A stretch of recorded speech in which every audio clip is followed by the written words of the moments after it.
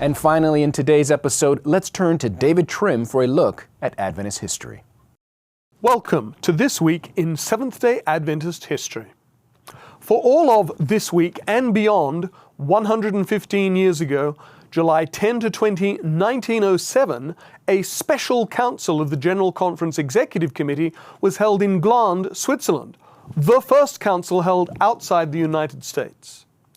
Among a number of important decisions taken at the time, the council agreed to add a new department to church organization. At a meeting held later that year in Mount Vernon in the U.S. state of Ohio, the name Young People's Missionary Volunteer Department was chosen, which remained the official title until 1979. But also decided at Mount Vernon was that Seventh-day Adventist Youth Organization should be made up of young people's societies of missionary volunteers, with each local congregation, if possible, having its own society.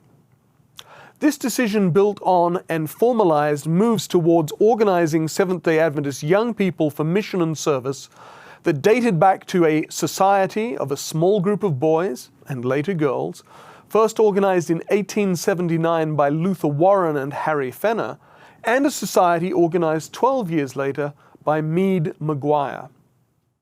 Milton Kern was an important early leader of the missionary volunteers movement, and in 1907, Kern became the first departmental secretary of the Young People's Missionary Volunteer Department. Also throughout this week and beyond, July 10 to July 19 in 1975, the first General Conference session held outside the United States met in Vienna, the capital city of Austria, with 1,756 delegates in attendance. It was a notable first for a denomination that by this time was truly a worldwide movement, but had long remained Americocentric.